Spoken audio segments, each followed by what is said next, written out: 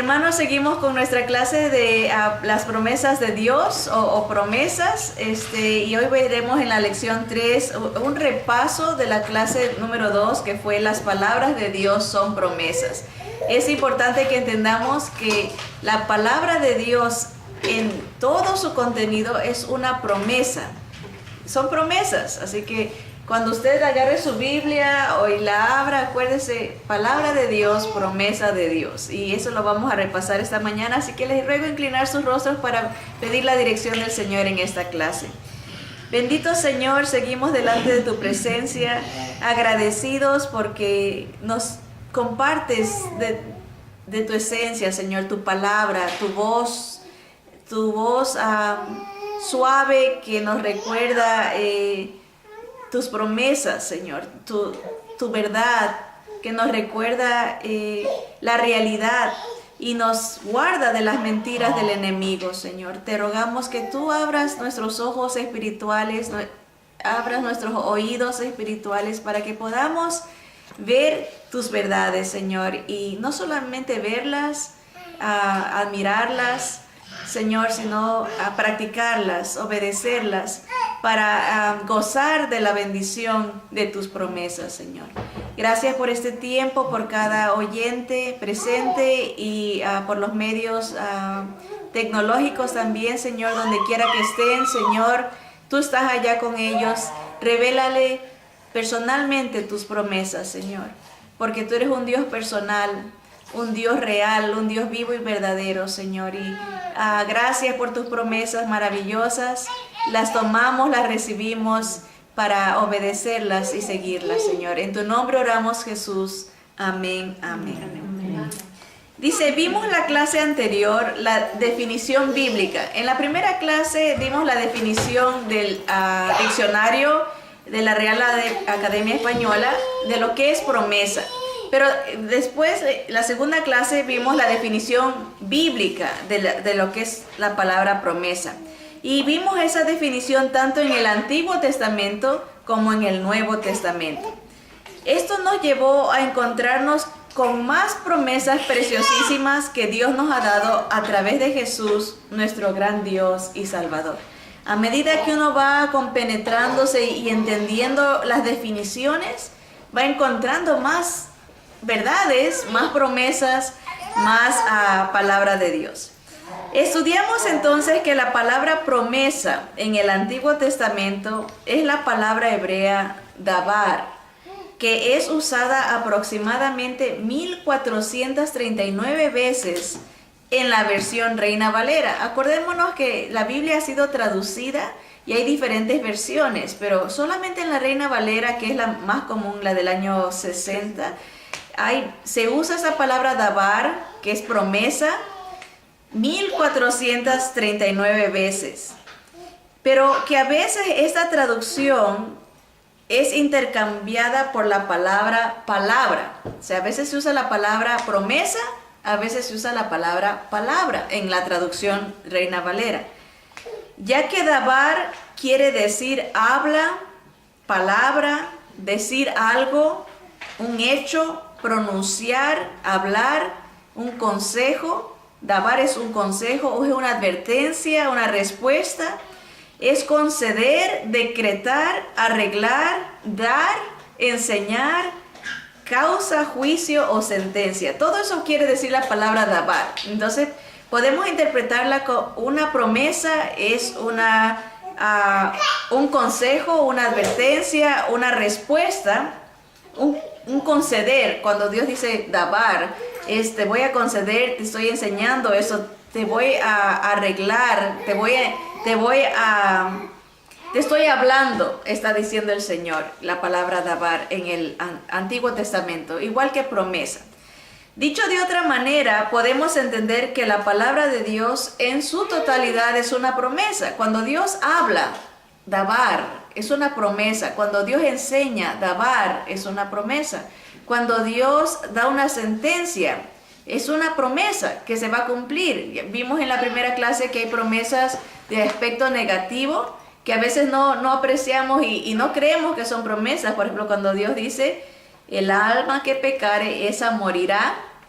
está prometiendo, está garantizando, nos está enseñando, nos está advirtiendo. Es una promesa de una consecuencia. Va a haber un resultado. Por eso dice aquí un hecho. Es un hecho, la muerte como consecuencia de la desobediencia. Es una promesa de carácter negativo. Y hay promesas de carácter positivo. Así que cada promesa lleva un sello de garantía. A cada promesa se cumplirá. Tanto las de aspecto negativo como las de aspecto positivo se van a cumplir. Como Dios es omnisciente, esto es que todo lo sabe, puede con autoridad y seguridad anunciarnos el fin desde el principio. Puede decir con certeza, si haces esto, te sucederá aquello, o si no lo haces, te vendrá esto otro. Él puede prometernos porque ya sabe lo que va a suceder desde un principio, sabe el fin desde el principio. Él puede garantizarnos y podemos estar seguros que lo que Él dice es una promesa, es una realidad, es un hecho, porque ya lo sabe. Tiene esa ventaja de que es como que si uno dijera, a veces hay bromas que la gente hace, ¿no? Que se esconde y uno ya sabe lo que va a pasar, ¿verdad? Y le dice a la persona, no vayas por ahí porque ya sabe que está escondido a alguien y la persona no hace caso. Uno ya sabe lo que va a pasar, ¿verdad? Y puede, en un sentido, prometerle lo que le va a pasar, porque si vas por ahí, te vas a asustar, te va a pasar esto, pero si no hace caso y la persona va y le pasa, se cumplió la promesa porque ya sabía con anticipación. Así mismo es en el caso de Dios. Dios ya sabe lo que va a pasar y su palabra es una garantía, es una promesa. No como amenaza. Eso es importante entender. A veces pensamos que Dios está castigando, amenazando a todo mundo, pero no, Él lo que está haciendo es decirnos la realidad, decirnos el resultado de las consecuencias de nuestra decisión. Eso es una promesa. Él nos da a conocer en su palabra los resultados de nuestra elección, ¿verdad? Por ejemplo, miren, aquí dice, Él nos promete las consecuencias de nuestra decisión. Son elecciones, decisiones, y Él ya sabe las consecuencias de esas elecciones y decisiones. Miren lo que dice Isaías 46, del 9 al 13. Dice, acordaos de las cosas pasadas desde los tiempos antiguos, porque yo soy Dios y no hay otro Dios y nada hay semejante a mí. Imagínense, Él tiene la autoridad para decir, no hay nadie como yo, no hay nada como yo, nadie me llega, nadie es como yo. ¿Y qué lo hace especial en este contexto? Él está diciendo, no hay nadie como yo, no hay Dios como yo. Miren el versículo 10, dice que anuncio lo por venir desde el principio y desde la antigüedad lo que aún no era hecho. Que digo, mi consejo permanecerá y haré todo lo que quiero. En ese sentido y en muchos otros, obviamente, Dios es único. Solamente Él sabe el fin desde el principio. Solamente Él puede anunciar lo que va a permanecer y lo que no. Miren el versículo 11, dice que llamo desde el oriente al ave y de tierra lejana al varón de mi consejo. Yo hablé y lo haré venir, lo he pensado y también lo haré. Es una promesa. Yo sé lo que va a pasar, yo garantizo que va a pasar porque lo sé desde un principio. Isaías 44 del 6 al 8, pero esta es la versión Reina Valera contemporánea, nos lo dice de otra manera. Miren, el versículo 6. Dice, así dice el Señor, el Rey y Redentor de Israel, el Señor de los ejércitos. Yo soy el primero, yo soy también el último. Fuera de mí no hay otro Dios. ¿Quién puede proclamar lo que está por venir? ¿Quién puede declararlo y ponerlo en orden ante mí como lo hago yo desde que establecí al pueblo antiguo? Anuncien lo que viene, lo que está por venir. No temas, no te intimides. ¿Acaso no te lo dije y te lo hice saber desde la antigüedad? Por lo tanto, ustedes son mis testigos. No hay más Dios que yo, no hay otro fuerte, no conozco a ninguno.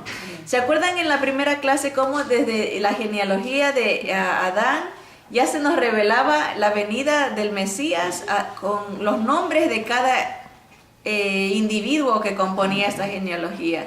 ¿Verdad? Algo interesante, ¿no? Cómo Dios desde la antigüedad, estamos hablando de miles de años atrás, ya nos revelaba como promesa lo que iba a pasar. Está garantizando, ya es un hecho. Y dice, no hay nadie que pueda hacer eso, solo yo, soy el único. Dice, no hay otro fuerte, no conozco a ninguno, no hay nadie que sepa ni tenga la sabiduría que Él tiene, solamente nuestro Dios. Así que mencionamos anteriormente que por esa razón podemos tomar sus consejos como promesas, sus advertencias como promesas, sus respuestas como promesas, sus decretos como promesas, sus enseñanzas como promesas, sus hechos como promesas cumplidas y aún sus sentencias como promesas. Hablamos brevemente anteriormente cómo malinterpretamos esto y muchas veces mal representamos a Dios cuando acusamos al Señor de ser intolerante, odioso, maldito. Y quiero aclarar esa palabra porque muchas veces podemos decir, no, yo nunca he maldecido a Dios, yo jamás, ni me ha pasado por la mente maldecir, porque tenemos una idea errada de lo que es maldecir. Maldecir y bendecir son dos palabras compuestas, ¿verdad? Cuando uno dice yo bendigo a Dios, es decir bien de Dios. Cuando uno bendice a alguien, le dice cosas buenas, le desea cosas buenas. Cuando uno habla mal de Dios, ¿y cómo uno puede hablar mal de Dios cuando uno se está quejando? ¿Por qué Dios hizo esto? ¿Por qué Dios hace el otro? Eso está hablando mal, porque le está poniendo en una categoría, cuando uno cuestiona, está diciendo que algo está mal. ¿Por qué pasa esto? Estamos hablando mal de Dios, desconfiando de su fidelidad, desconfiando de su sabiduría, desconfiando de su soberanía, de su poder. Estamos desconfiando de muchas cosas. Entonces intrínsecamente estamos maldiciendo, estamos hablando mal de Dios. Y a veces como dice aquí, lo pintamos como un Dios malo, odioso, intolerante, ¿verdad? Que castiga. Y decimos a la gente, Dios te manda esto, Dios te castiga, ¿verdad? Él hizo esto, Él hizo que esto pasara. Muchos dicen, y a veces lo usamos, decimos, Dios te castigará, Dios te maldecirá. Cuando en realidad lo que Dios ha dicho o prometido, en realidad es un hecho, un resultado, una realidad que sucede como consecuencia. Entonces tenemos que aclarar ese concepto que a veces tenemos de Dios. Dios no es malo, dice la palabra que toda buena dádiva y todo don perfecto desciende de lo alto. Todo lo bueno viene de Dios. Lo malo que sucede son como consecuencias, como estamos recalcando, ¿verdad? Son resultados de nuestras elecciones, de nuestras decisiones. Y Dios cuando lo anuncia, nomás lo promete como un resultado de nuestra propia decisión, ¿verdad? Como hemos dicho aquí, dice, es una realidad que sucede como consecuencia, sentencia o sanción sobre el pecado, no sobre el individuo. Dios es justo y tiene Él castiga, usamos esa palabra, el pecado, pero no al individuo. Y cuando el individuo decide vivir bajo esa sombrilla, por decirlo así, bajo esa sentencia, recibe como promesa el resultado de su decisión. No es un afligir, que a veces asociamos la palabra castigar con el sufrimiento, ¿verdad? Con un afligir. Dios no escoge eso para nosotros, como aquí dice, o un infligir. A veces sentimos como que es latigazos de parte de Dios. No, dice, Él no causa daño al antojo o por complacencia. Veamos algunos ejemplos de esta realidad para aclararlo, porque cuando uno entiende que Dios no es así, es liberante. Porque cuando uno piensa que Dios es un ogro, ¿verdad? Que está nomás viendo a ver a quién castiga, vive bajo una, como, hay un término que usan en inglés que dice pisando, en español se traduce como dice que vive uno como pisando sobre cáscaras de huevo. Que tiene miedo que, ay, si hago esto, Dios me va a castigar, si hago el otro, Dios me va a castigar. Donde no me quiero salir de, como que va sobre una línea de, ¿han visto esos? Tienen un nombre especial que ahorita no me acuerdo cómo le llaman a los que caminan sobre los hilos, ¿verdad? Bueno, sí, malabarista, pero hay otra palabra más complicada que es específica para esa persona que elige esa profesión. Pero sí, a veces andamos así, pensando que esto que me pasó, Dios me lo ha mandado, ¿verdad? O esto que no, como temor. Y Dios dice, Dios no nos ha dado un espíritu de temor, un espíritu para vivir bajo ese agobio, sino Dios nos ha dado un espíritu de libertad. El espíritu de Jesús es de paz, un espíritu de valor, dice, de poder, un espíritu de valentía. Y eso viene cuando conocemos a Dios. Y tenemos que quitarnos esa idea de que Dios castiga. Y vamos a explicarlo un poquito mejor. Dice, veamos unos ejemplos de esta realidad. Por ejemplo, en Génesis 2, 15 al 17. Dice, tomó pues Jehová Dios al hombre, está hablando a Adán, al primer hombre, y lo puso en el huerto de Edén para que lo labrara y lo guardase. Y mandó Jehová Dios al hombre diciendo, de todo árbol del huerto podrás comer, mas del árbol de la ciencia del bien y del mal no comerás, porque el día que de él comieres, ciertamente morirás. Ven, es un resultado. Él está prometiendo, está garantizando, porque ya sabe lo que va a pasar, el resultado final, la sentencia, ¿verdad? Él no dice, yo te castigo, yo te condeno. No, simple y llanamente le está dando a saber, haciendo saber el resultado de su decisión. El día que de él comas vas a morir. No lo hagas. Lo está previniendo, lo está advirtiendo. Él está el dabar, ¿verdad? Le está dando palabra, una enseñanza, le está un consejo, le está pronunciando un hecho, le está diciendo algo, decretando una respuesta. Le está dando la respuesta, es una promesa.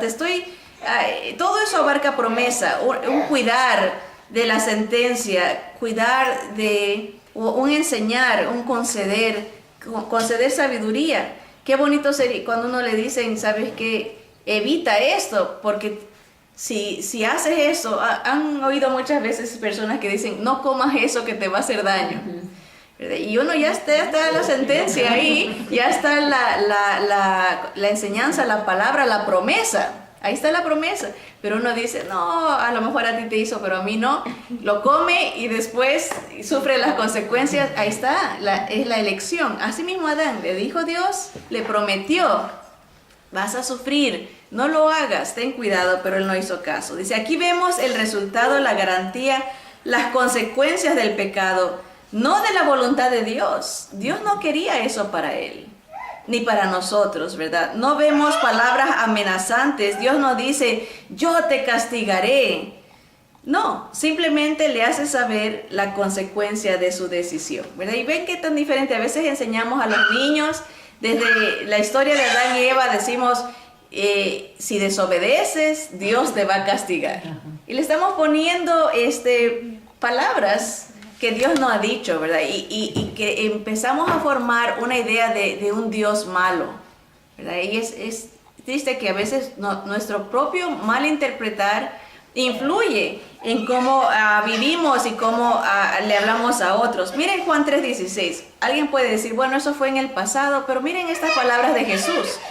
Juan 3:16, muy conocido, famoso, dice, porque de tal manera amó Dios al mundo, que ha dado a su Hijo unigénito, al único Hijo que tiene, para que todo aquel que en Él cree no se pierda, mas tenga vida eterna. Porque no envió Dios a su Hijo al mundo para condenar al mundo, sino para que el mundo sea salvo por Él. El que en Él cree no es condenado, pero el que no cree ya ha sido condenado porque no ha creído en el nombre del unigénito Hijo de Dios. Y esta es la condenación. Miren, el Señor lo amplía. No es que Él está condenando. La condenación es esta. Dice que la luz vino al mundo y los hombres amaron más las tinieblas que la luz porque sus obras eran malas. Porque todo aquel que hace lo malo aborrece la luz y no viene a la luz para que sus obras no sean reprendidas. Mas el que practica la verdad viene a la luz para que sea manifiesto que sus obras son hechas en Dios. Ven, el Señor dice, yo no vengo a condenar, y no vengo a castigar. La persona mismo se ha condenado porque ha decidido rechazar, ha decidido dice, no creer en el regalo que Dios ha dado. Así que cambia el panorama. Uno mismo es el que escoge, no Dios el que decide por nosotros. Dice aquí otra vez, no fue castigo, fue consecuencia. Y digo fue porque ante los ojos del Señor ya esto es pasado. Noten que dice ya ha sido condenado. No dice será condenado. Ya ha sido, ya es un hecho, es una garantía, es una promesa. Ya está en el pasado, aunque ante los ojos del Señor fue pasado, aunque para nosotros sea futuro, todavía no pasa, ¿verdad? Miremos otro ejemplo, en Apocalipsis 20, 11 al 15.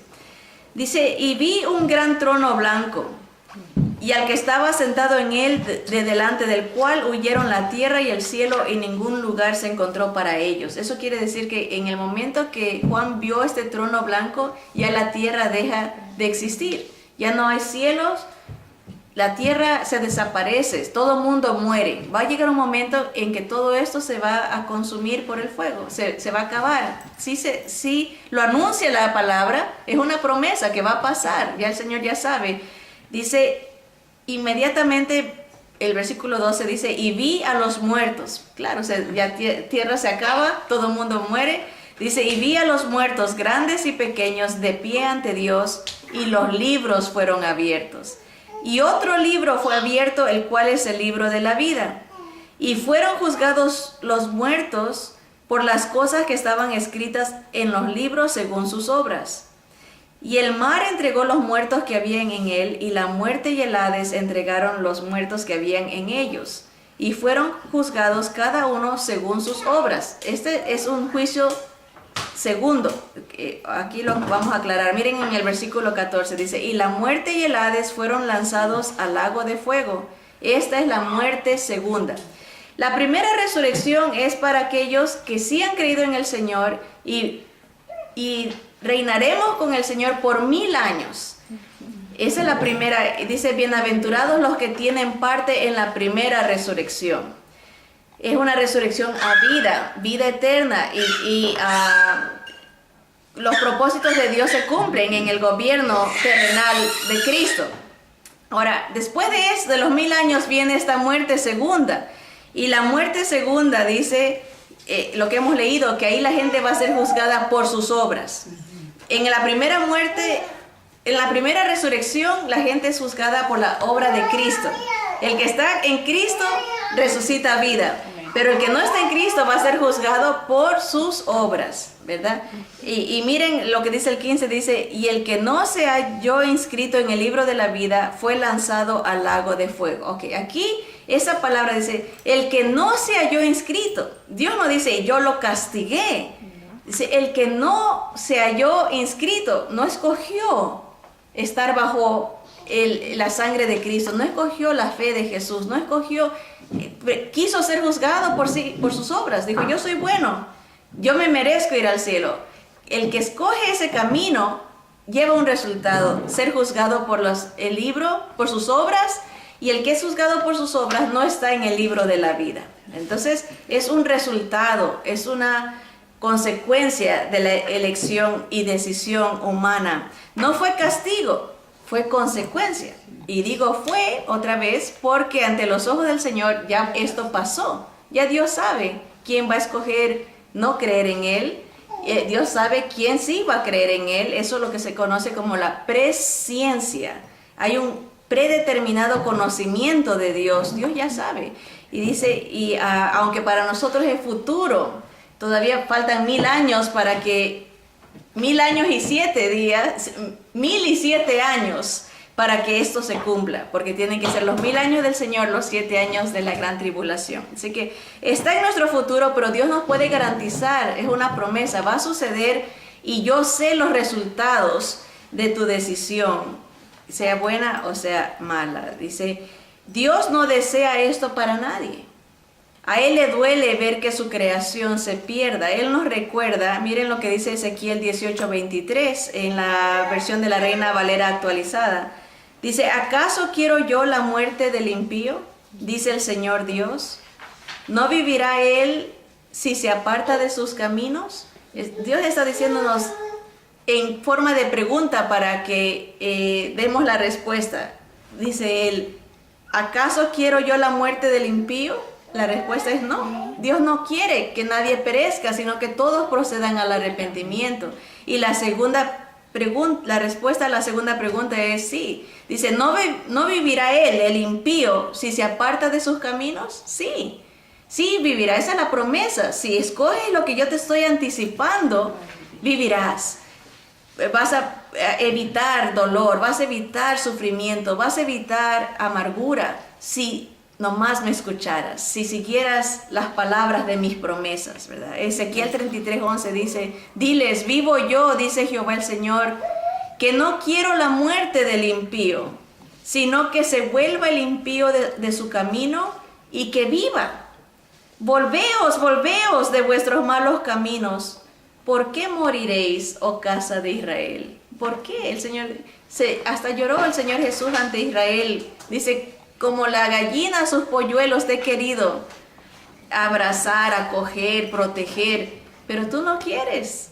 Y eso nos dice a todos, ¿verdad? Nos da promesas, nos advierte, nos enseña, nos da una sentencia para evitarnos. Son promesas para bien, aunque uno lo vea del lado negativo y dice, uy, eso suena amargo, suena feo, pero no, es para el bien de nosotros. Miren, dice, es verdad que hay versículos y en ciertas traducciones que usan la palabra castigar, como por ejemplo, esto lo estudiamos la semana pasada en el comentario de nuestro tiempo, una hermana preguntó, ¿verdad? Apocalipsis 3:19 dice, yo reprendo y castigo a todos los que amo. Y buscamos, ¿verdad? ¿Qué quiere decir esa palabra? La palabra castigo no significa condenación, porque eso es lo que asociamos. Y no sé si solamente yo lo hago. Dije, a lo mejor yo estoy asumiendo que todos asocian la palabra castigo con infierno, pero yo siempre la asociaba la palabra castigo con condenación. Y por eso esta clase para mí fue de gran bendición, descubrir que en realidad no es así, no es que Dios castiga, sino que uno recibe las consecuencias de su elección. Ahora, esa palabra en el griego quiere decir, es la palabra paideuo, que quiere decir entrenar. Dice, en otras palabras, dice, yo reprendo y entreno, o yo reprendo e instruyo, yo reprendo y causo que alguien aprenda, o también puede significar castigar con palabras, o corregir. El Señor corrige a todo el que ama. El Señor reprende, y también dice que esa palabra paideuo habla de aquellos que moldean un carácter. Dios reprende y moldea nuestro carácter a través de admonición y reprobación. Cuando dice, eso no me gusta, esto sí me gusta. Cuando esto está reprobando o está aprobando, el Señor corrige, ¿verdad? Y también puede significar esa palabra castigo, esa traducción, aflicción de calamidad y mal. También puede significar pegar como un padre a su hijo o un juez, ¿verdad? A veces sí, ahí viene la idea de una palmada o como nosotros le decimos vulgarmente, una nalgada, ¿verdad? Que los padres le dan una nalgada a sus hijos. A veces Dios castiga, esa palabra que usamos, esa castigar, es corrige. Dios instruye, Dios moldea nuestro carácter a través de aflicciones, a través, como dice aquí, nos instruye, nos entrena como un padre a su hijo. De ahí la idea de que no es una condenación de infierno.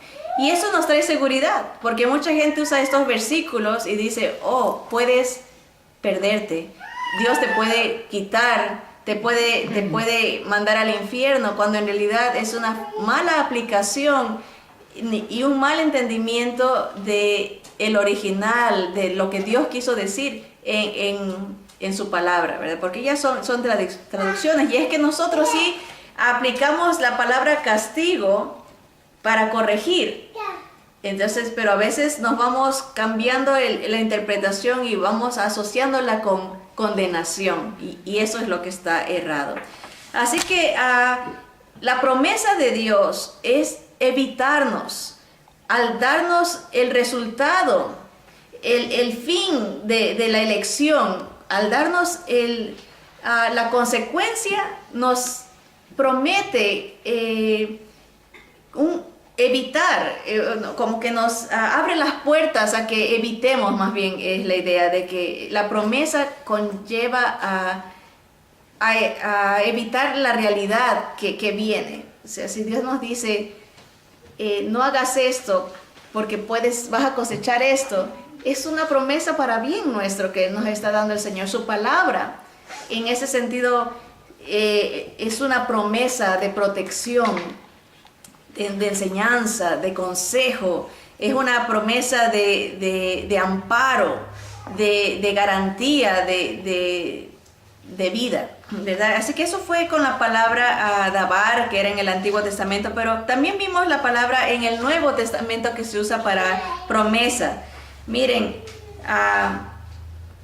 también vimos en la clase pasada otra palabra para promesa, y la encontramos en el Nuevo Testamento, y esa palabra es evangelía. Evangelía se encuentra 53 veces en el Nuevo Testamento. Es una palabra griega que quiere decir anuncio, promesa, bendición, aseguranza divina. Cuando Dios dice, te doy mi evangelía, te está diciendo, te doy mi bendición, te doy mi promesa, te doy este anuncio y una aseguranza divina. Y vimos cómo una de esas evangelías, esa promesa divina, era la presencia bendita del Espíritu de Jesús en nosotros. En Lucas 24:49 dice, he aquí, yo enviaré la promesa de mi Padre sobre vosotros. La evangelía, el anuncio, ¿verdad? La bendición, esta aseguranza divina, promesa, la voy a enviar. Hechos 2:33 al 39 dice, así que, hablando de Jesús, exaltado por la diestra de Dios y habiendo recibido del Padre la promesa del Espíritu Santo, la evangelía, ha derramado esto que vosotros veis y oís, porque para vosotros es la promesa, y para vuestros hijos y para todos los que están lejos, para cuantos el Señor nuestro Dios llamare. La evangelía, el anuncio, la aseguranza divina, la bendición, la promesa. Gálatas 3:14 al 29 dice, para que en Cristo Jesús la bendición de Abraham alcanzase a los gentiles, a fin de que por la fe recibiésemos la promesa del Espíritu Santo, ¿verdad? La evangelía, la bendición, la aseguranza divina, ¿qué más es la promesa, el anuncio? Ahora, también vimos en Efesios 1:13, hablando de la promesa del Espíritu Santo, dice, en Él, en Jesús, también nosotros, habiendo oído la palabra de verdad, el evangelio de nuestra salvación, y habiendo creído en Él, fuimos sellados con el Espíritu Santo de la promesa. Ahí está el proceso de la salvación. Alguien oye la verdad del evangelio, lo cree en su corazón y es sellado con la promesa, con la garantía, con esta aseguranza divina, con esta bendición, este anuncio de que somos de Dios, eres mío, te sello, ¿verdad?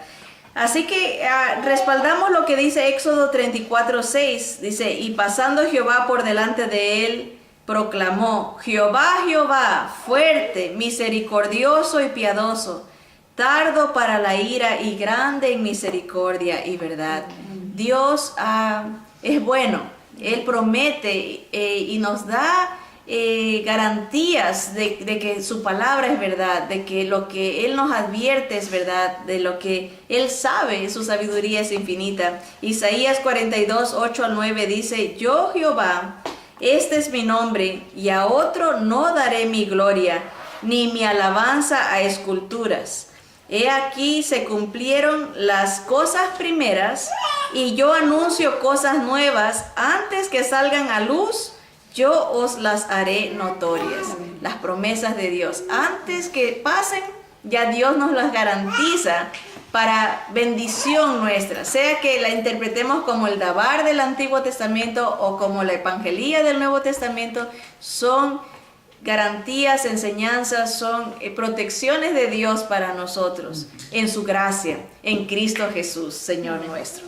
Así que conozcamos bien a nuestro Dios, a un Dios fiel que no falla a su palabra, un Dios que nos previene y nos anuncia el fin desde el principio para que creamos que Él es Dios. Y todas estas promesas se ven y se hacen realidad a través de la fe en Cristo Jesús. Así que les animo a venir a esta fe para que en el Señor Jesús estas promesas puedan ser en su vida un sí y un amén. Una garantía de bendición por toda una eternidad. Adelante con Cristo y adelante conociendo a nuestro Señor cada día más. Que el Señor nos guarde y nos bendiga. Amén.